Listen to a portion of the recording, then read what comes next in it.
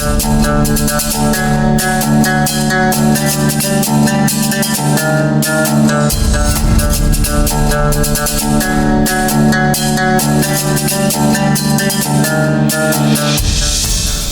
shalom, Israel. It's your brother Benaiah Ben Israel, coming to you with a short lesson on Purim, Deliverance of Israel. That's Purim, the Deliverance of Israel.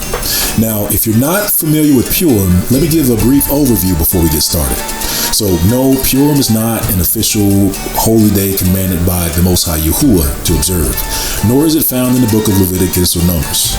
However, it is a day set aside for remembrance established by our forefathers, commemorating the deliverance of Israel from none other than the hand of Esau.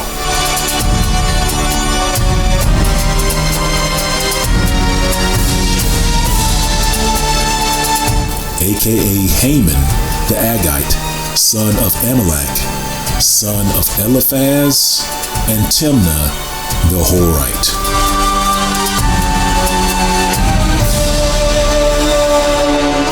Daughter of Seir the Horite. Family, most high willing, we will have an in-depth lesson on the Horites coming soon, which will explain what's going on in Ukraine, as well as reveal the sons of perdition. However, that's a story for another day. So for this lesson, on the other hand, we will review the celebration of Purim and why this is in fact a day of celebration for so-called Negroes. Yes, family, Negroes, established for centuries, which we will prove momentarily. And for so-called African Americans, this is in fact a day established by your forefathers. Not spiritual forefathers, by your literal forefathers, which is why going forward we should honor this feast day with family and friends. And with that, family, let's get started.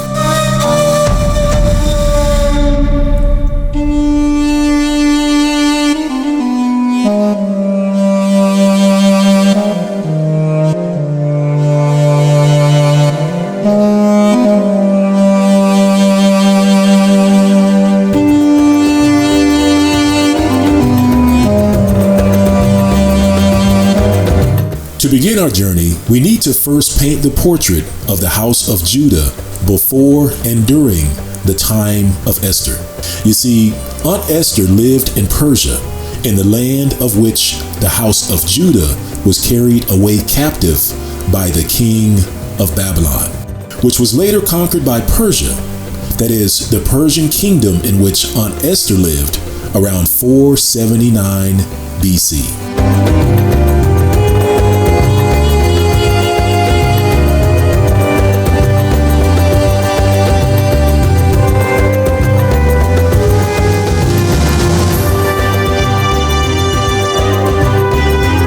However, when we look back at history, before the time of the Persian Empire and before the time of the Babylonian Empire, we arrive at the time of the Persian Empire, which laid siege to the cities of Judah, which included the city of Lachish.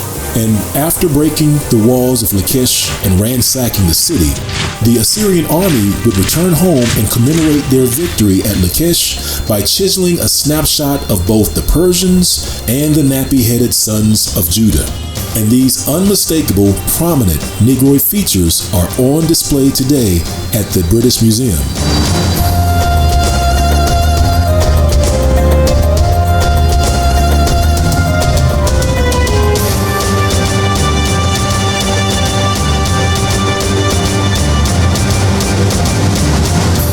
And available online for anyone to see and confirm that Israel was indeed a Negroid people. The stone monument dates back to around 681 BC, which was before the time of the Babylonian Empire. And with that, let's take a look at how we can view and confirm the Black Israelites etched in stone in the Lachish relief.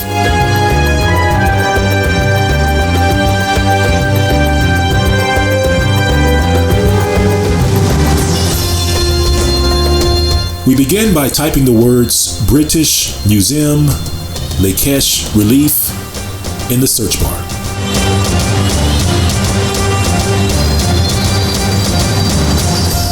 Then next, scroll down and select the first British Museum link.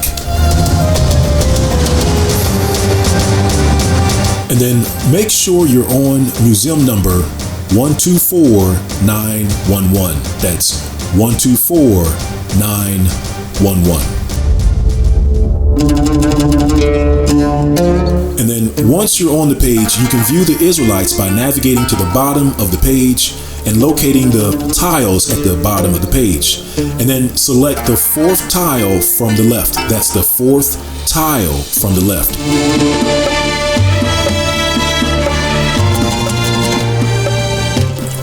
And you can find the Israelites on the page by locating the prisoners on the page with beards.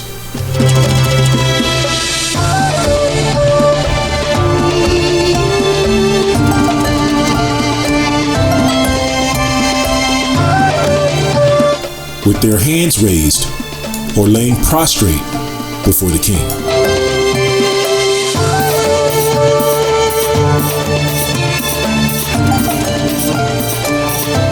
And you can notice the prominent, nappy, woolly hair of the Israelites.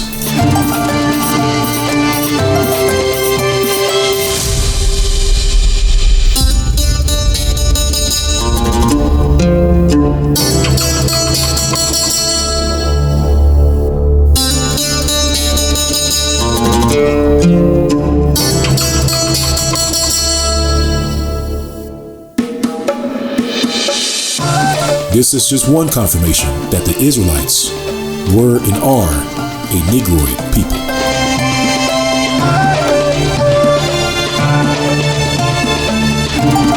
Did you know that researchers in Israel refuse to publish DNA data regarding ancient DNA samples taken specifically from the territory of Judah, Benjamin, and Levi?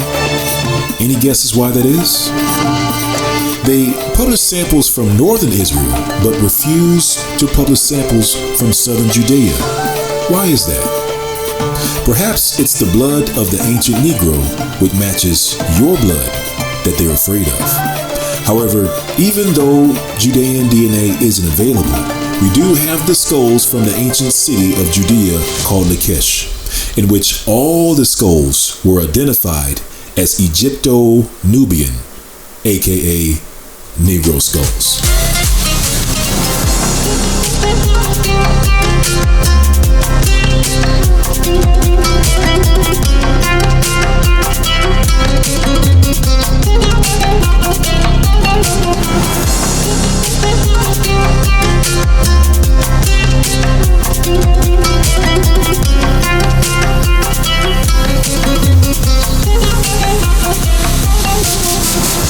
As the following reference reads, it reads, Archaeology and Forensic Anthropology, the 701 BCE time capsule of Lachish. And it reads, no ancient Judean DNA samples have ever been formally published. But we do have a time capsule of data from 701 BCE found at the Judean city of Lachish in the form of a mass grave that was excavated there.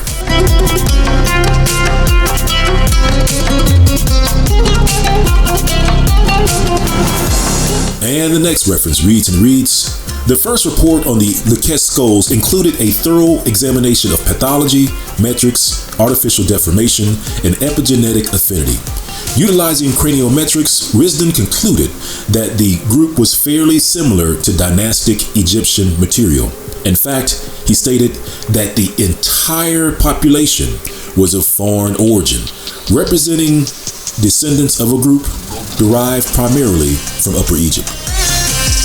Skipping ahead, he concluded that the group was fairly heterogeneous, having close relationships to North African, Egyptian, and Nubian groups, thus lending support to an Egypto-Nubian presence. Researchers at first appeared to be confused with all the black folks in the city of Judah, declaring them a population of foreigners. However, researchers later confirmed that these were not foreigners at all. They were in fact native to the land of Judah. As the next reference reads, One of the first to oppose the idea of an Egyptian origin was Keith, who felt that the Lachish inhabitants were markedly different from Egyptians. Though his analysis was rather anecdotal, others have since concurred, arguing that the people of Lachish were indigenous, closely related to pre-Middle Bronze Age skeletons in Palestine and the modern-day Bedouin.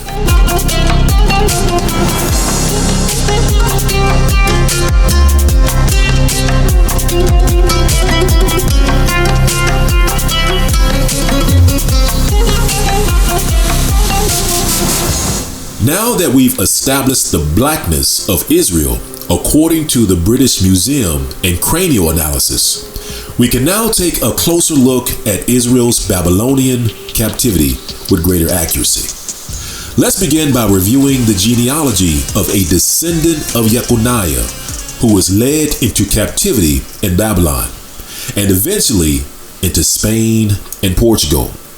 And once there, he changed his name to Negro.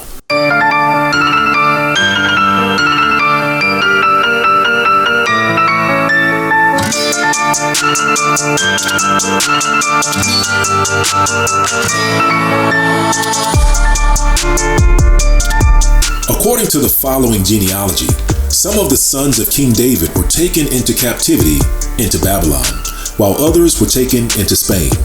Now, this particular record details a son of King Jeconiah taken into Babylon, whose descendant, Zerubbabel, would later leave Babylon and eventually make his way into Spain with the other sons of King David. And once in Spain and Portugal, some of the descendants of King Jeconiah, king of Judah, renamed themselves Negro, as the following reference reads, Yaya, a Portuguese family of the Middle Ages, members of which were prominent in Portugal, Spain, Italy, and Turkey. Certain individuals of the family bore the additional cognomen Negro, with reference to the Moors from whom several of their estates had been obtained. The more prominent members of the family are as follows. Now, according to this genealogy record, these Negroes moved from Spain to Portugal to Turkey and then to Poland. That's Spain, Portugal, Turkey, Poland. Spain, Portugal, Turkey, Poland. In other words, the descendants of these refugees today would match ancient DNA extracted from Spain, Portugal, Turkey, Poland. And with that in mind, let's take a look at ancient DNA matches of the so-called Negro today. And for this example, let's take a look at my DNA matches in mytrueancestry.com. And here you'll notice ancient DNA matches in Spain, Portugal, Turkey, Poland. That's Spain, Portugal, Turkey, and Poland. Identical to the genealogy listed for the sons of the Negroes, the descendants of Jeconiah. Not only that, we can also find DNA matches identical to the profile of the Bavarian Jews, who have matches in Hungary, Bavaria, Northeast Germany, and Southern Russia. You see, family, many Negroes today carry the names of Portuguese and Spanish Jews, and they don't even know it. In fact, the name Negro itself is a Spanish and Portuguese Jew surname. Yes, we are literally called by a Sephardic Israelite surname. And you can also find famous, well-known so-called African Americans with Sephardic surnames, and they don't even know it. For example, if you open your web browser and type in Sephardic surname dictionary and press enter, then you'll find a link called Sephardim.com. Now click on the link, and then once you're on the web page, search the Sephardic dictionary for the name Sanders, as in Deion Sanders. And yes, as you can see, the name Sanders is a Sephardic Israelite name, and many don't even know it. And ironically, Coach Prime is headed to coach in the Pac-12.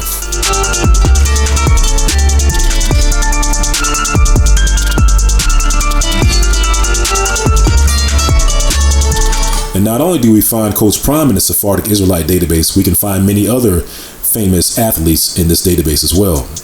So many people today are debating who is the greatest NBA basketball players of all time. Is it MJ, Michael Jordan, or LeBron James?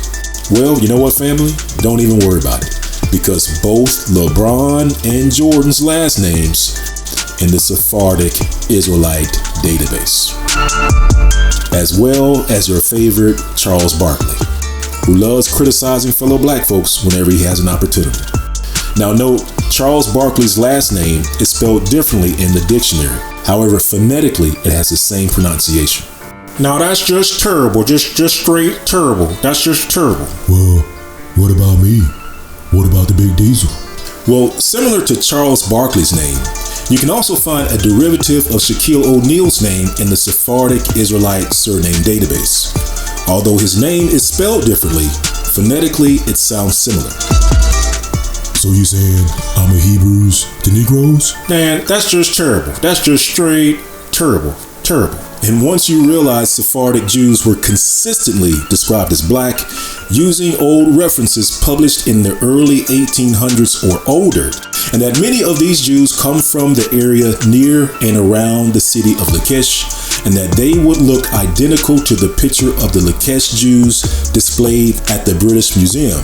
And also, once you discover that roughly 800,000 to 600,000 of these dark-skinned, woolly-haired Jews were persecuted and expelled in Spain and Portugal less than 10 years before the start of the transatlantic slave trade, sent to the exact locations in Africa where the transatlantic slave trade would begin less than 15 to 20 years later, and that the Manuelian laws which govern the transatlantic slave trade were specifically authorized that these Sephardic Jews be taken as slaves. You will understand why there are several so-called African Americans today with Sephardic, Israelite, Judean, House of Judah names. And so now that we have a better understanding of the physical description of the captive house of Judah in Babylon, which later was conquered by Persia, let's read the story of Esther, which describes the Most High Yah's deliverance of the swarthy, woolly-headed house of Judah people.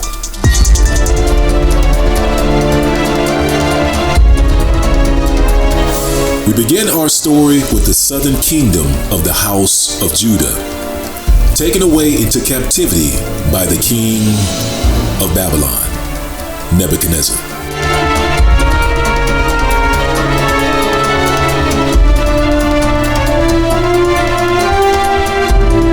Destined and prophesied to toil in the land of their captivity for 70 years.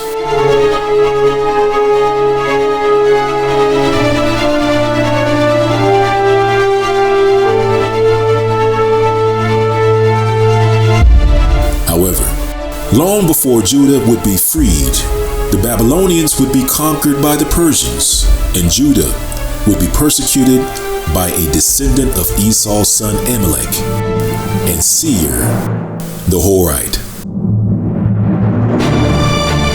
The descendants of Esau, who had a perpetual hatred for their Judean brothers, planned and schemed Judah's demise.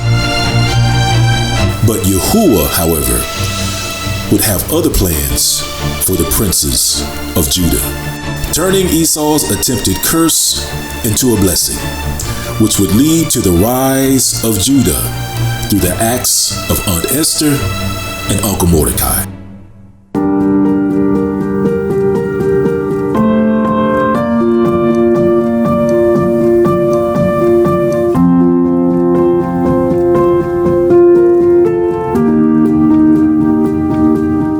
By the favor and grace of Yahuwah, Aunt Esther would go on to marry the king of Persia, gaining the grace and favor of the king, and placed into a position to protect her people, the house of Judah.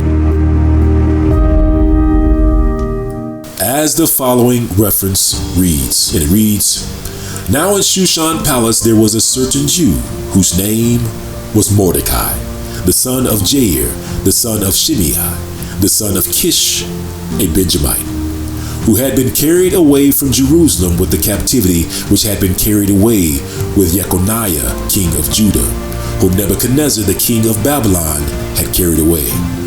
And he brought up Hadassah, that is Esther, his uncle's daughter, for she had neither father nor mother, and the maid was fair and beautiful, whom Mordecai, when her father and mother were dead, took for his own daughter.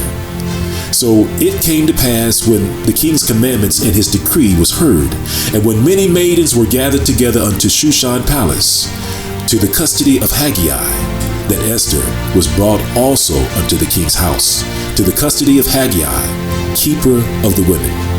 And the maiden pleased him, and she obtained kindness of him, and he speedily gave her things for purification, with such things as belonged to her and the 7 maidens, which were meet to be given her out of the king's house. And he preferred her and her maidens unto the best place of the house of the women. Esther had not showed her people nor her kindred, for Mordecai had charged her that she should not show it. And so Esther would go on to marry King Ahasuerus and become queen of Persia, perfectly positioned by the Most High to make intercession on behalf of the house of Judah directly to the king when the time would arise. As the following reference reads, So Esther was taken unto King Ahasuerus into his house royal in the 10th month, which is the month Tebeth, in the 7th year of his reign. And the king loved Esther above all the women, and she obtained grace and favor in his sight more than all the virgins, so that he set the royal crown upon her head and made her queen instead of Vashti. And so once Esther was established queen of Persia, Mordecai would help protect her kingdom by foiling a plot to overthrow King Ahasuerus. As the following reference reads, In those days, while Mordecai sat in the king's gate, 2 of the king's chamberlains, Bigthan and Teresh, of those which kept the door, were wroth, and sought to lay hand on the king Ahasuerus. And the thing was known to Mordecai, who told it unto Esther the queen. And Esther certified the king thereof in Mordecai's name. And when inquisition was made of the matter, it was found out. Therefore they were both hanged on a tree, and it was written in the book of the Chronicles before the king.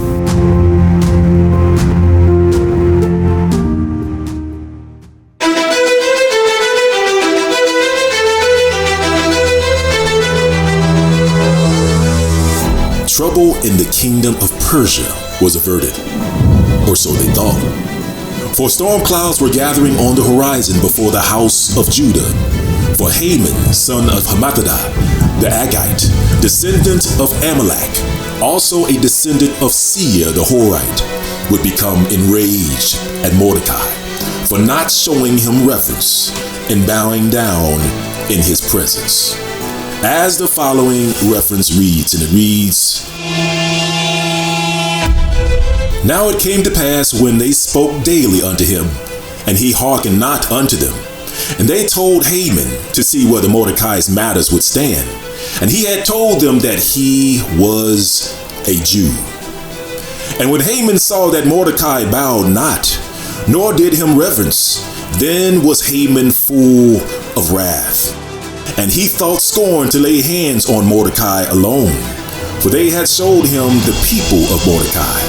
Wherefore Haman sought to destroy all the Jews that were throughout the whole kingdom of Ahasuerus, even the people of Mordecai. And Haman said unto King Ahasuerus, There is a certain people scattered abroad, and dispersed among the people in all the provinces of thy kingdom, and their laws are diverse from all the people, neither keep they the king's laws. Therefore it is not for the king's profit to suffer them. If it pleases the king, let it be written, that they may be destroyed, and I will pay 10,000 talents of silver to the hands of those that have the charge of the business, to bring it into the king's treasuries. And the king took his ring from his hand and gave it unto Haman, the son of Hammedatha, the Agagite, the Jews' enemy. And the king said unto Haman, The silver is given unto thee, the people also, to do with them as thy seemeth good to thee. Then were the king's scribes called on the 13th day of the first month. There was writing according to all that Haman had commanded unto the king's lieutenants, and to the governors that were over every province, and to the rulers of every people of every province, according to the writing thereof, and to every people after their language. In the name of King Osiris was it written, and sealed in the king's ring. And the letters were sent by post into every king's province to destroy, to kill, and to cause to perish all the Jews, both young and old, little children and women, in one day, even upon the 13th day of the 12th month, which is the month Adar, and to take the spoil of them for prey. The copy of the writing for commandment to be given in every province was published unto all people, that they should be ready against that day. The post went out, being hastened by the king's commandment, and the decree was given in Shushan the palace. And the king and Haman sat down to drink, but the city Shushan was perplexed. Upon hearing this most egregious declaration of death, Mordecai was tormented and horrified, and was moved to lament for his people, as the following reference reads, When Mordecai perceived all that was done, Mordecai rent his clothes, and put on sackcloth with ashes, and went out into the midst of the city, and cried with a loud and bitter cry, and came even before the king's gate, for none might enter into the king's gate clothed with sackcloth. And in every province whatsoever the king's commandment and his decree came, there was great mourning among the Jews, and fasting, and weeping, and wailing, and many lay in sackcloth with ashes. And so Queen Esther, upon hearing about the decree of death against the Jews, became very grieved, and reached out to Mordecai for understanding. And it reads, Then called Esther for Hatak, one of the king's chamberlains, whom he had appointed to attend upon her, and gave him a commandment to Mordecai, to know what it was and why it was. So Hatak went forth to Mordecai unto the street of the city, which was before the king's gate. And Mordecai told him of all that had happened unto him, and of the sum of money that Haman had promised to pay to the king's treasuries for the Jews, to destroy them. Also, he gave him the copy of the writing of the decree that was given at Shushan to destroy them, to show it unto Esther, and to declare it unto her, and to charge her that she should go in unto the king, to make supplication unto him, and to make requests before him for her people. Skipping ahead. And again Esther spake unto Hatak, and gave him commandment, and unto Mordecai, all the king's servants, and the people of the king's provinces do know, that whosoever, whether man or woman, shall come unto the king into the inner court, who is not called, there is one law of his to put him to death, except such to whom the king shall hold out the golden scepter, that he may live. But I have not been called to come in unto the king these 30 days. And they told to Mordecai Esther's words. Then Mordecai commanded to answer Esther, Think not with thyself that thou shalt escape in the king's house more than all the Jews. For if thou altogether holdest thy peace at this time, then shall their enlargement and deliverance arise to the Jews from another place. But thou and thy father's house shalt be destroyed. And who knoweth whether thou art come to the kingdom for such a time as this? Then Esther bade them return to Mordecai this answer. Go gather together all the Jews that are present in Shushan, and fast ye for me, and neither eat nor drink 3 days, night or day. I also and my maidens will fast likewise, and so will I go in unto the king, which is not according to the law. And if I perish, I perish. So Mordecai went his way, and did according to all that Esther had commanded him.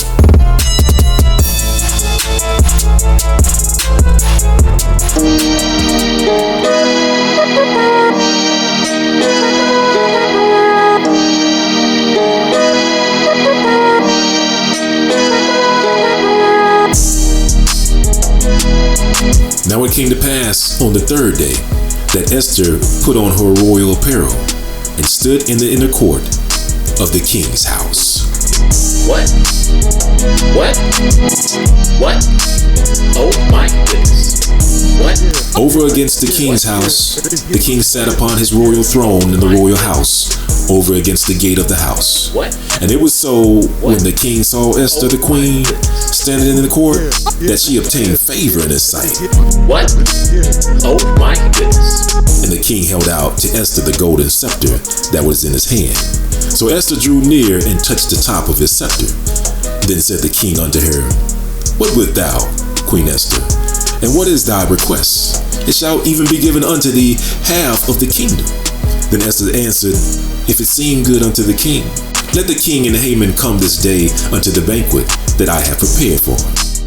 Then the king said, Cause Haman to make haste, that he may do as Esther has said. So the king and Haman came to the banquet that Esther had prepared. And the king said unto Esther at the banquet of wine, What is thy petition? And it shall be granted thee. What is thy request? Even to have the kingdom it shall be performed. Then answered Esther and said, My petition and my request is, if I have found favor in thy sight, O king, if it please the king to grant my petition and to perform my request, let the king and Haman come to the banquet that I shall prepare for him, and I will do tomorrow as the king has said. Then went Haman forth that day joyful and with glad heart. But when Haman saw Mordecai in the king's gate, that he stood not up, nor moved for him, he was full of indignation against Mordecai. Nevertheless, Haman refrained himself, and when he came home, he sent and called for his friends and Zeresh his wife. And Haman told them of the glory of his riches and the multitude of his children and all the things wherein the king had promoted him, and how he had advanced him above the princes and the servants of the king. And Haman said moreover, Yea, Esther the queen did let no man come in with the king unto the banquet that she had prepared but myself. And tomorrow am I invited unto her also with the king. Yet all this availeth me nothing, so long as I see Mordecai the Jew sitting at the king's gate. Then Zeresh his wife and all his friends unto him, Let a gallows be made of 50 cubits high, and tomorrow speak thou unto the king that Mordecai may be hanged thereon. Then go thou in merrily with the king unto the banquet. And the thing pleased Haman, and he caused the gallows to be made.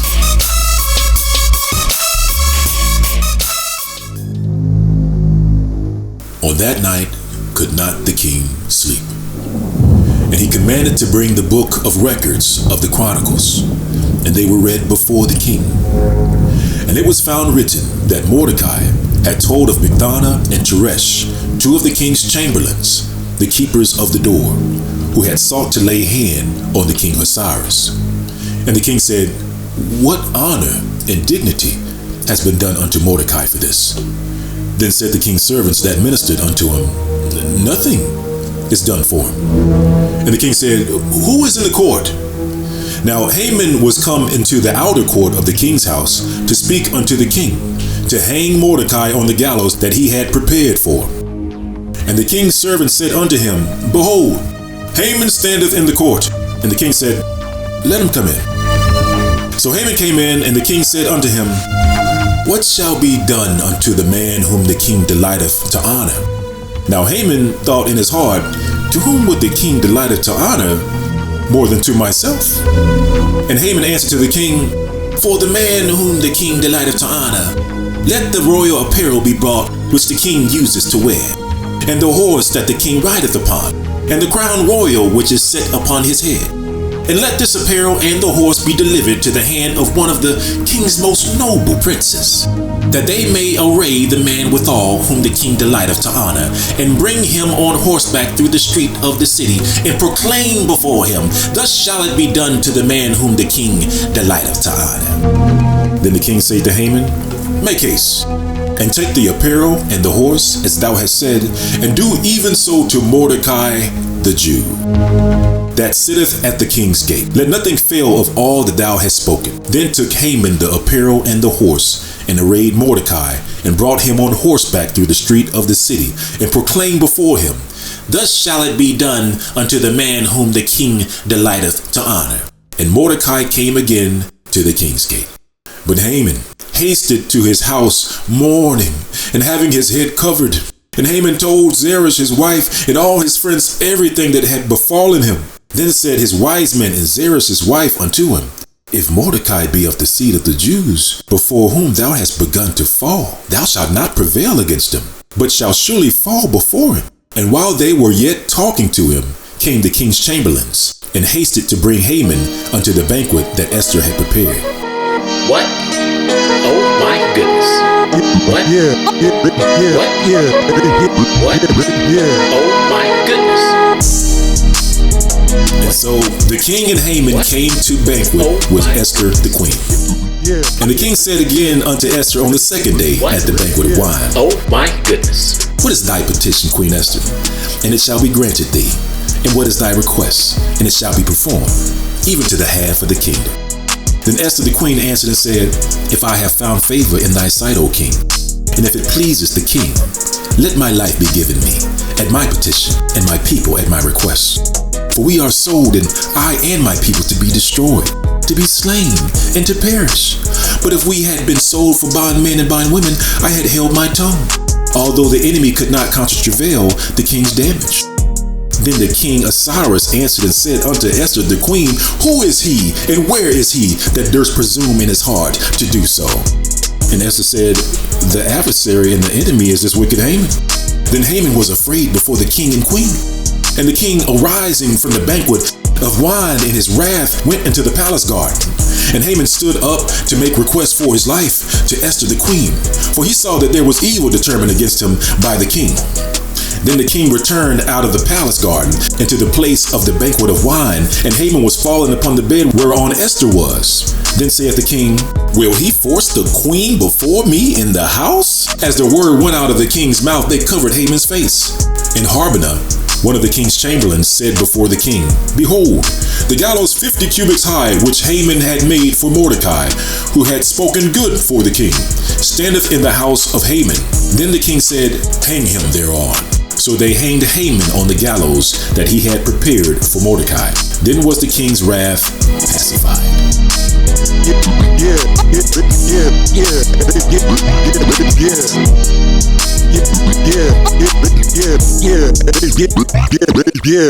And Esther spake yet again before the king, and fell down at his feet, and besought him with tears to put away the mischief of Haman the Agagite, and his device that he had devised against the Jews. Then the king held out the golden scepter towards Esther, and so Esther arose and stood before the king, and said, If it please the king, and if I have found favor in his sight, and the thing seem right before the king, and I be pleasing in his eyes, let it be written to reverse the letters devised by Haman the son of Hammedatha the Agagite, which he wrote to destroy the Jews which are in all the king's provinces. Then the king Osiris said unto Esther the queen, and to Mordecai the Jew, Behold, I have given Esther the house of Haman, and him they have hanged upon the gallows, because he laid his hand upon the Jews. Write you also for the Jews, as it liketh you, in the king's name, and seal it with the king's ring. For the writing which is written in the king's name, and sealed with the king's ring, may no man reverse. Then there were the king's scribes called at the time in the 3rd month, that is, the month Sivan, on the 23rd day thereof.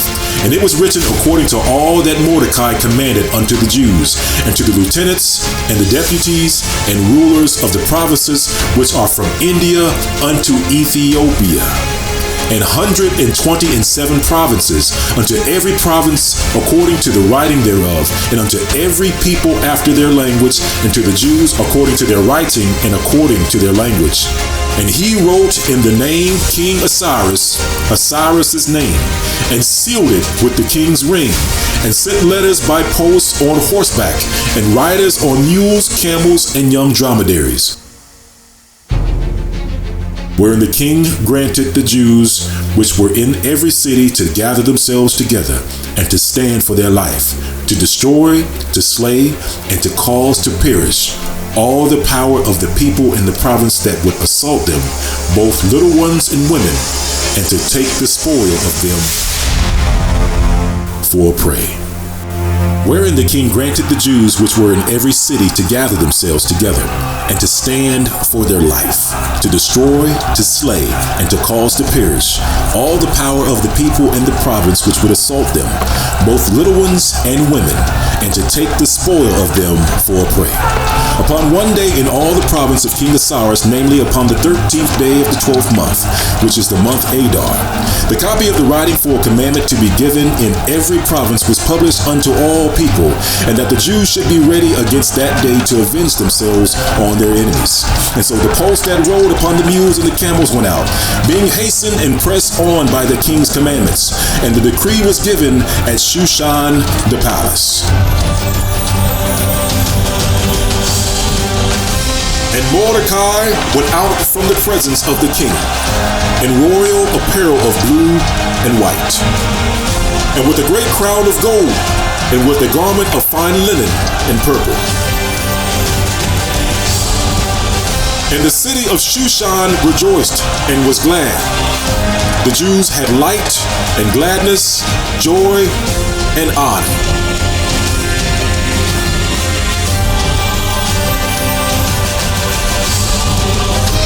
The Jews gathered themselves together in the cities throughout all the provinces of King Ahasuerus, to lay hand on such as sought their hurt, and no man could withstand them, for the fear of them fell upon all people, and all the rulers of the province, and the lieutenants, and the deputies, and officers of the king helped the Jews, because the fear of Mordecai fell upon them. For Mordecai was great in the king's house, and his fame went out throughout all the provinces, for this man Mordecai waxed greater and greater. And thus the Jews smote all their enemies with the stroke of the sword, and slaughter and destruction, and did what they would unto those that hated them.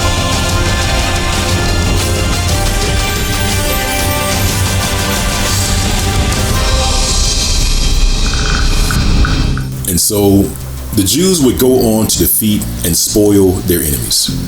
And a decree was made to establish a perpetual day of remembrance to commemorate the day Yahuwah saved Israel from their enemies.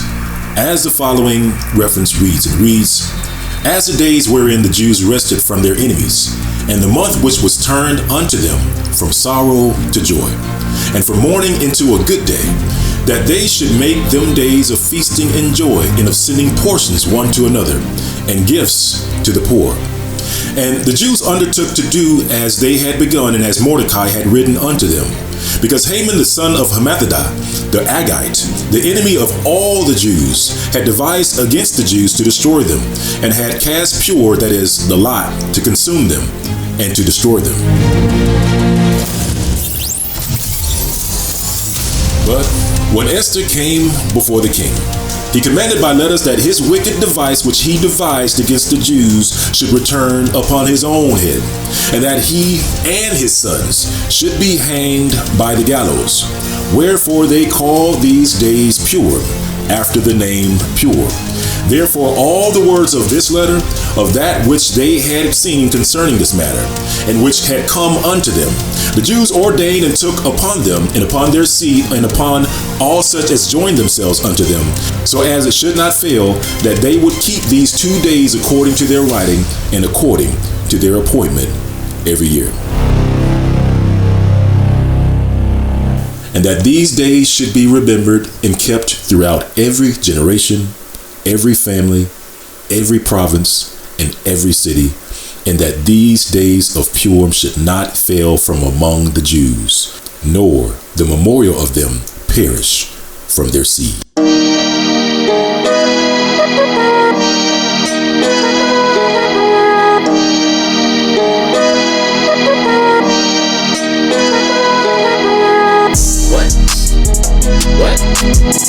What? Oh my goodness. What? Oh my goodness. What? Oh my goodness. Yeah. What? Oh my goodness.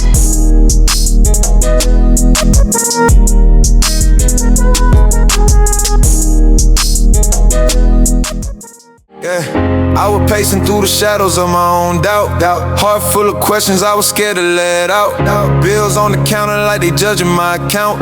Pressure stacking tall like the walls of the South. Mama said pray, so I bow my head low.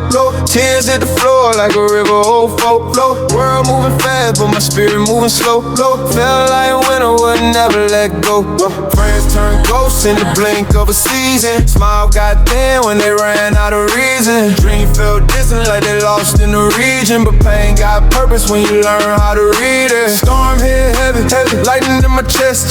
Breath felt stolen like a thief in my vest. Then a calm voice said, you already blessed. And the fear in my lungs finally left. In the middle of the sirens, I heard him say breathe. City full of chaos, but his peace covered me. Clouds hanging low like they pressing on my knees. But the whisper cut the storm like a sword through the sea. When the night tried to bury my life, he wrote my name in the stars that night. Yeah, I said rise, it's your fight.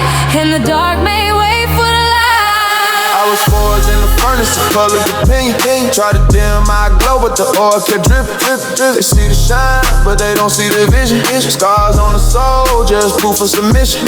Pressure make diamonds, pain make kings. Broken wings, still remember they wings. Every seed turn into living things. Victory louder than the doubt that it brings.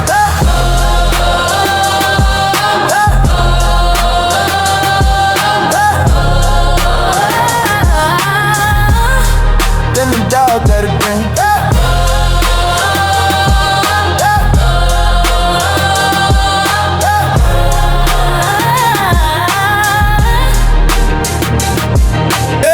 From the chains to the crowns, we above that now. Used to drown in the doubt, look who run this town.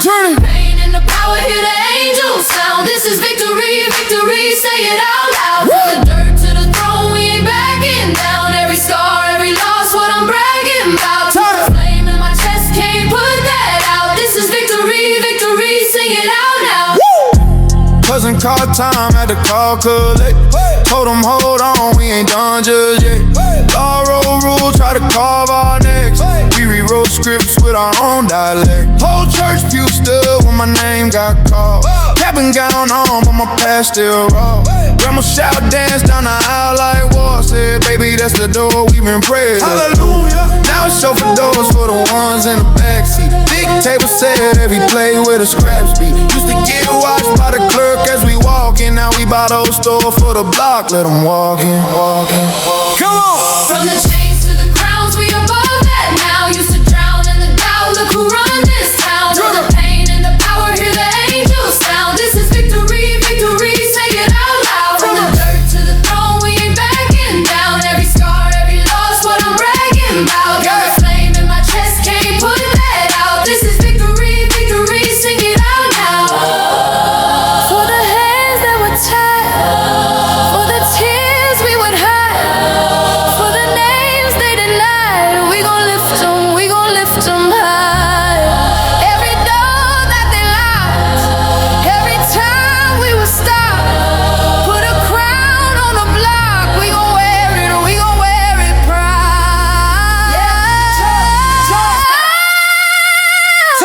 From the